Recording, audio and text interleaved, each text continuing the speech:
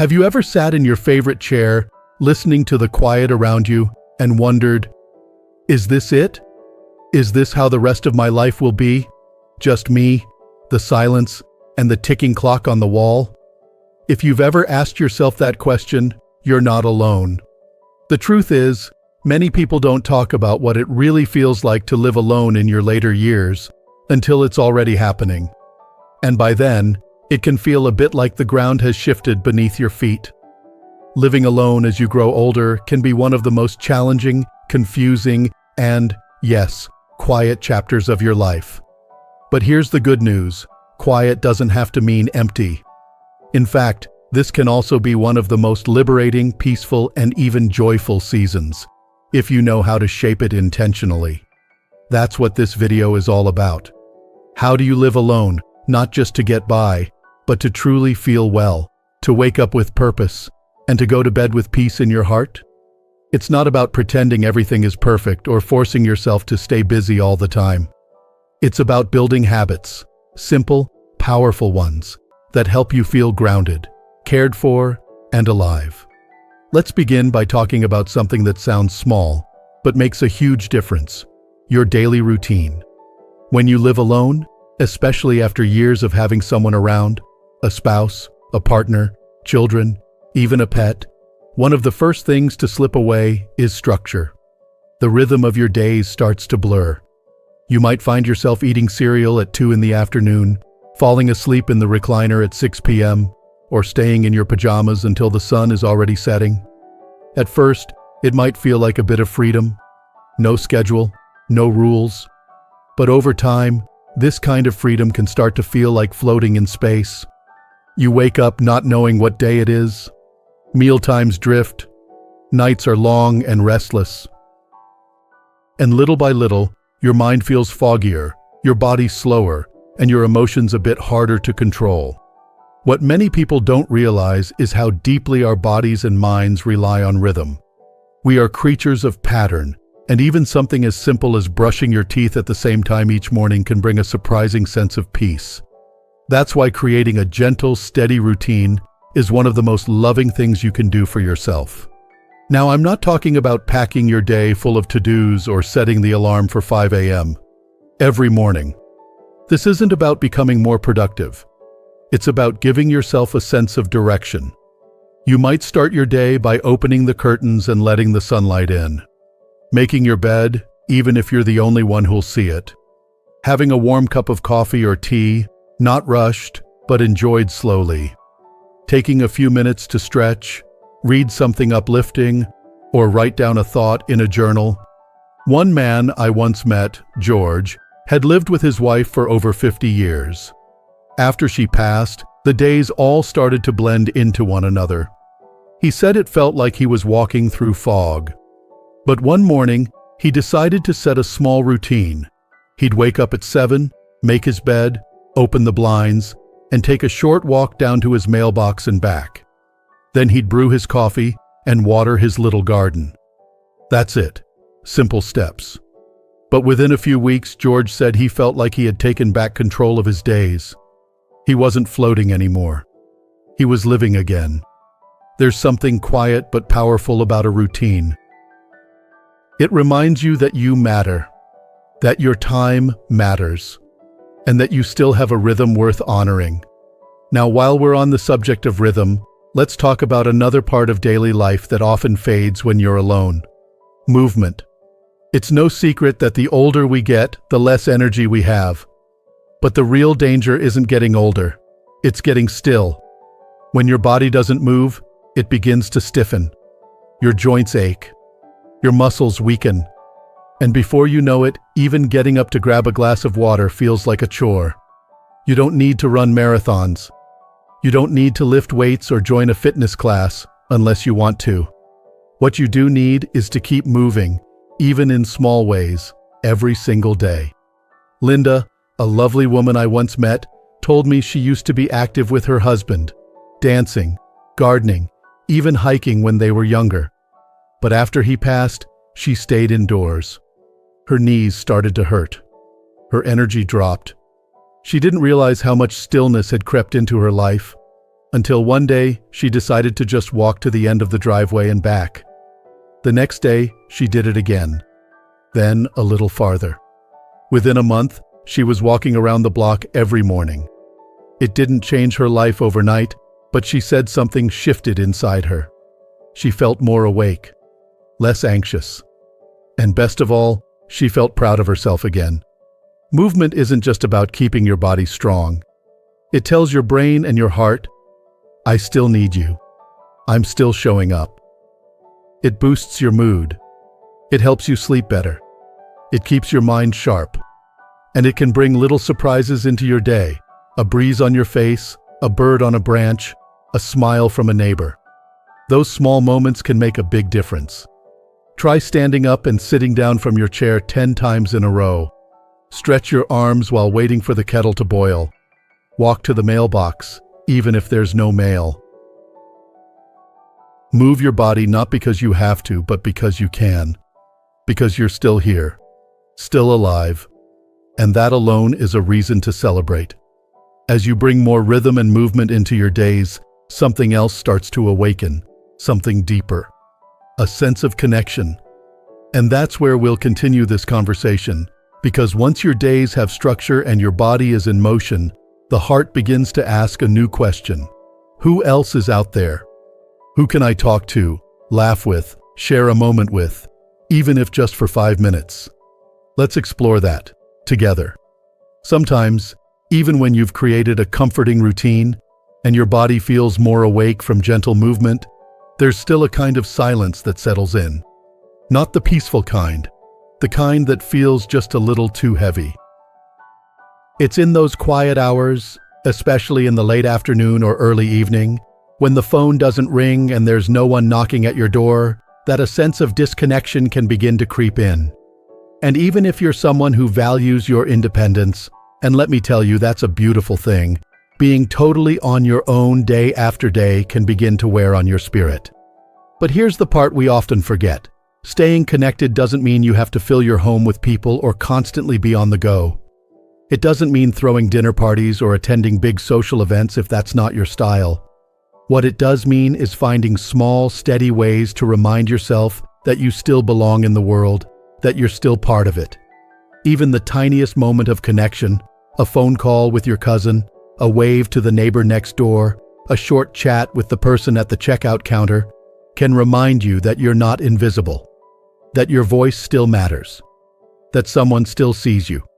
Frank, a soft-spoken man of 82, once told me that for weeks, he didn't speak to another human being unless it was a doctor's appointment. His kids had moved away, his neighbors kept to themselves, and he didn't want to bother anyone.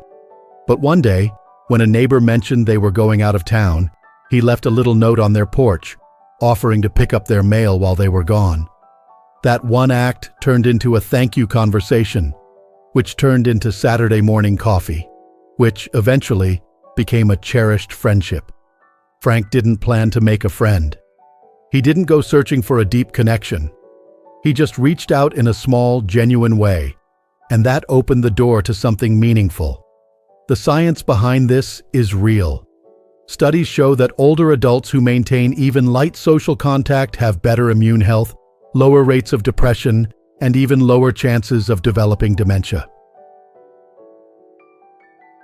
But more than the science, it's about how these small interactions make you feel alive, noticed, needed. There's also something powerful about connecting through shared purpose. You don't always need conversation to feel close to others. Sometimes, just doing something for someone else brings connection in ways words can't. Volunteering a few hours at the library, writing letters to your grandchildren, knitting scarves for a local shelter, or even recording stories from your life that others might read one day, these are quiet acts of connection. They say to the world, I'm still here. I still have something to give. You may live alone in your home, but that doesn't mean you have to feel alone in your life. There's a neighbor who might appreciate your wave, a store clerk who'll remember your smile, a friend or relative who's just as hungry for a kind voice as you are. Reaching out, even when it feels awkward or vulnerable, is one of the bravest things you can do, and one of the most rewarding. And while we're on the subject of what keeps you feeling alive, let's talk about something even deeper. Something that goes beyond habits or social interaction.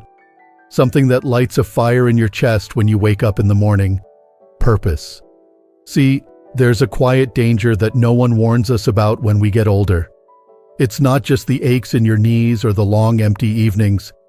It's the feeling that maybe you're no longer needed. That the most meaningful parts of your life, raising a family, having a career, being someone others relied on, are all behind you now. But here's what I want to say to you, with all the sincerity I can offer, that feeling is lying to you.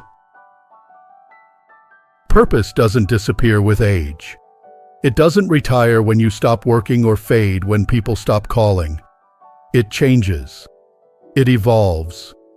But it's still there, waiting to be rediscovered. You don't need applause. You don't need an audience. You don't need anyone else to say, "That's important." What you need is something that matters to you. Something that brings you a little spark of joy or meaning or pride. Maybe it's painting. Maybe it's baking old family recipes and writing them down for your grandchildren. Maybe it's tending a garden, keeping a journal, or taking photos of the sky each morning. It doesn't have to be big. It just has to be real. Henry, a retired Navy veteran in Michigan, told me how after his wife passed, he sat in his quiet house for months, unsure what to do with himself. Then one day, he stumbled across an old typewriter in the garage. On a whim, he brought it inside and started writing down his memories. How he met his wife, what life was like in the service, the funny things his daughter said when she was little. It wasn't for anyone else. But as the stories spilled out, he said the house felt less empty. His heart felt less heavy. He had found a reason to get up in the morning again. That's what purpose does. It gives you a reason to move, to care, to create. It stretches your days and fills the quiet with meaning. And here's the beauty of living alone. You get to choose exactly what that purpose is, without anyone else's expectations or schedules. You get to explore, try new things, or return to old passions you'd long put aside. Maybe you've always wanted to learn to play piano. Or maybe it's time to finally read all those books you stacked in the corner.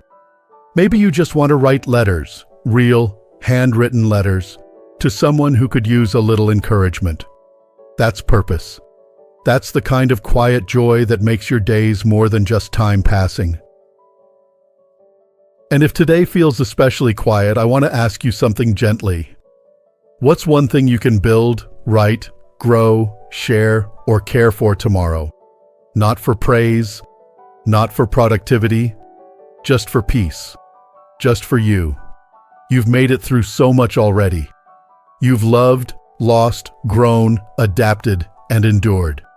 There's strength in you that some people will never understand because they've never had to find it the way you have.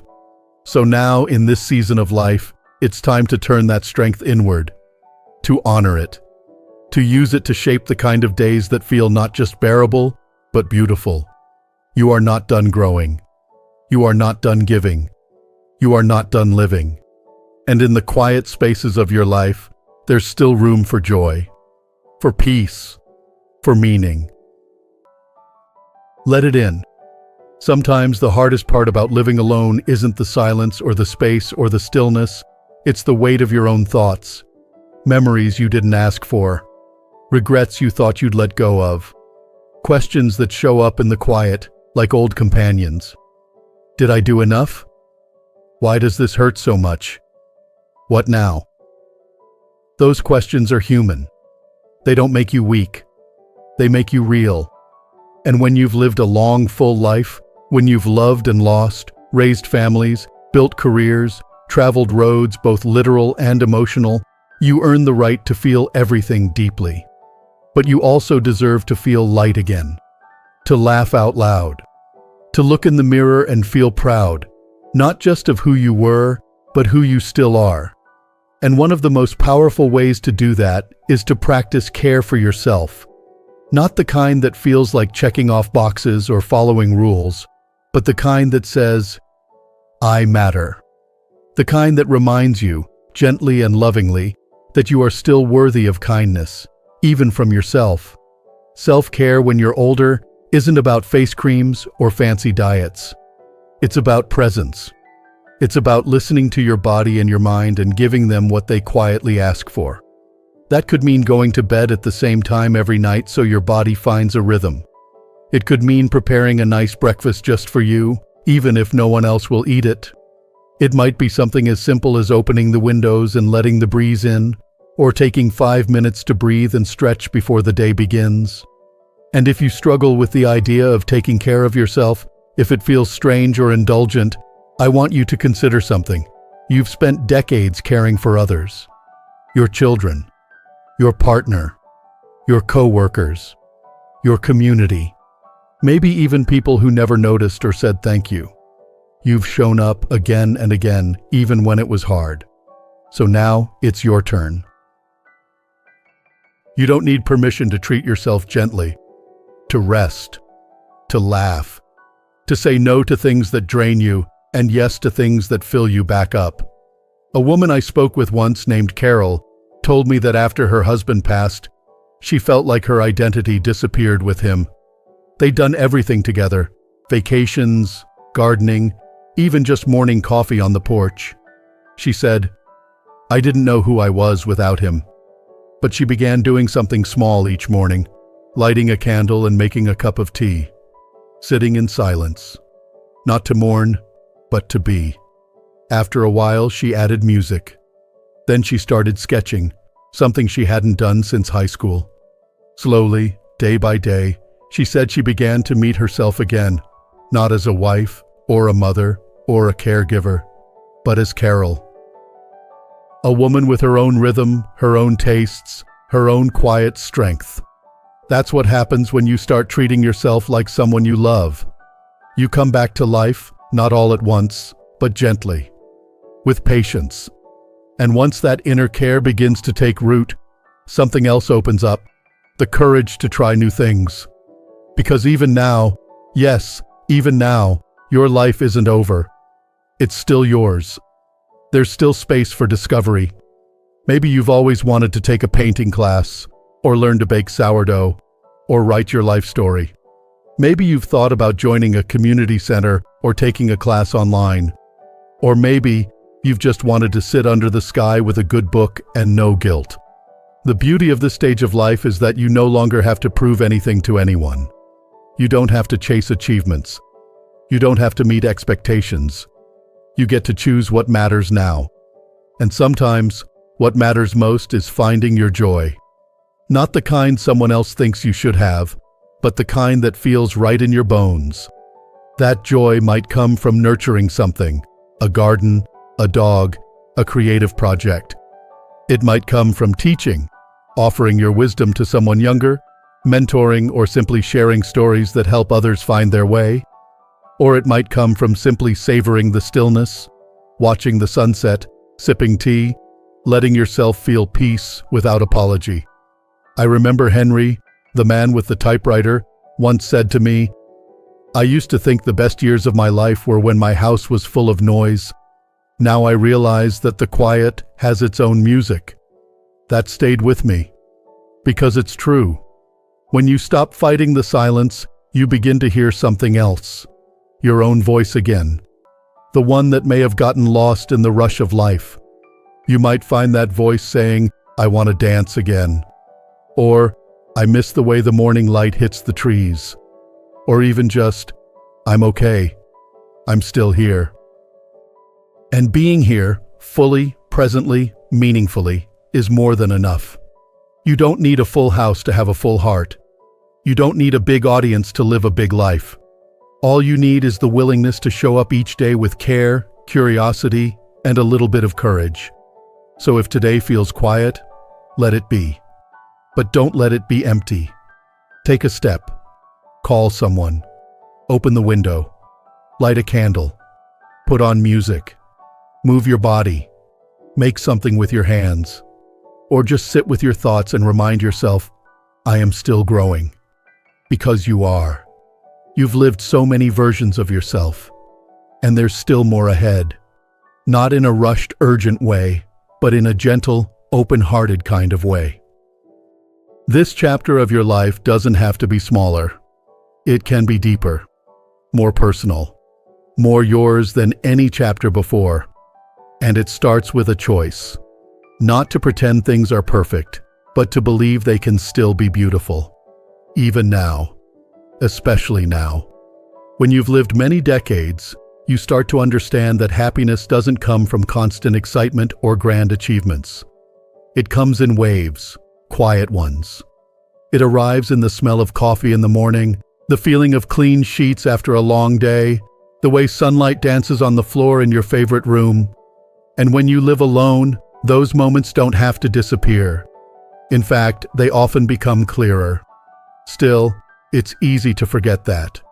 It's easy to look around and see what's missing, the people who've moved on, the spaces that feel too empty, the plans that no longer make sense. But today, if you take one thing away, let it be this. Your life is still yours to shape. You're still the author of the pages ahead. And you get to decide how those pages feel. It doesn't take wealth or perfect health or a house full of family to find meaning. It takes presence, intention, a little courage, and a lot of heart. Every time you wake up and choose to get dressed even if no one sees you, you're claiming your day. Every time you stretch or take a walk, you're reminding your body that it still matters. When you cook a warm meal just for you, you're saying, I'm worth the effort. When you pick up the phone, say hello to the cashier, write down your story, or simply smile at your own reflection, you are proving that this season of life can still hold joy. And if today wasn't a good day, if it felt heavy or gray, know this: you can begin again tomorrow. That's the gift of living. Every sunrise is a reset button. No matter your age, it's never too late to try again, to feel differently, to create something new. Some days will still be hard. That's okay. Loneliness will come and go, just like clouds across the sky. But you are not broken. You are not less than. You are not behind. You are enough. There's a kind of strength that comes only from living a long life, of surviving losses, adapting to changes, growing through pain, and still being open to hope. You carry that strength with you, whether you realize it or not. So be gentle with yourself. Be patient. When you live alone, there's no one else to remind you of your worth every day. But that just means it's your turn to become your own friend, your own encourager, your own source of comfort. Look in the mirror and say to yourself, I'm proud of how far I've come. Because you should be. Think of all the moments you thought you wouldn't get through, but you did. Think of all the times you showed up for others when you were running on empty. Think of the lessons you've learned, the stories you carry, the wisdom that lives inside of you now. That's worth honoring. And don't forget, your presence in this world still matters. You may not be in the spotlight. You may not have a crowded calendar. But that doesn't mean you're forgotten. You are part of a bigger story. Your life still touches others. Your kindness still echoes. Your experience still holds value.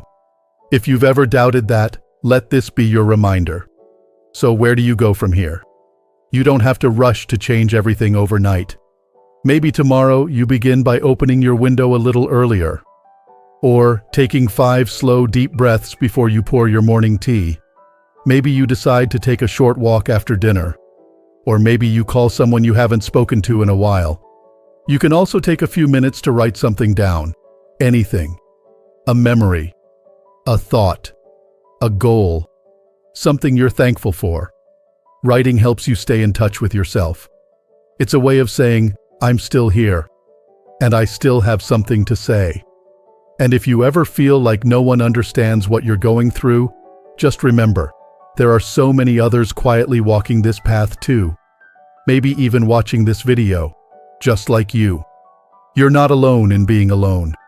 You belong to a quiet, resilient community of people who are learning to find peace in their own company, who are learning to love the life they still have. And in case no one has told you lately, We're glad you're here. So, if this video spoke to you, if even one part made you pause and think, I want to invite you to share your thoughts in the comments. Tell us what resonated. Tell us something you're doing to bring more meaning into your day. Or simply say hi, because that small connection matters too. And if you found this video helpful, please take a moment to like it. It's such a small gesture, but it helps us reach others who may need this message just as much. If you'd like to hear more conversations like this, ones that speak to your heart, that offer practical comfort and inspiration, consider subscribing to the channel. We're building a space here where people like you can feel seen, valued, and supported. You may be living alone, but here, you're not alone. So here's to you, to your resilience, to your presence, to your quiet mornings and your peaceful nights, to the meals you cook for one, to the memories you hold and the ones you're still making, to the fact that you're still here, growing, learning, choosing life in your own beautiful way. May you find health in your body, joy in your spirit, and meaning in your days. And may you never forget, you are not invisible. You are not forgotten. You are deeply, beautifully human, and worthy of every bit of love, care, and peace you can give yourself. Here's to living well, living strong, and living with purpose, at any age. Thank you for watching. We'll see you in the next video.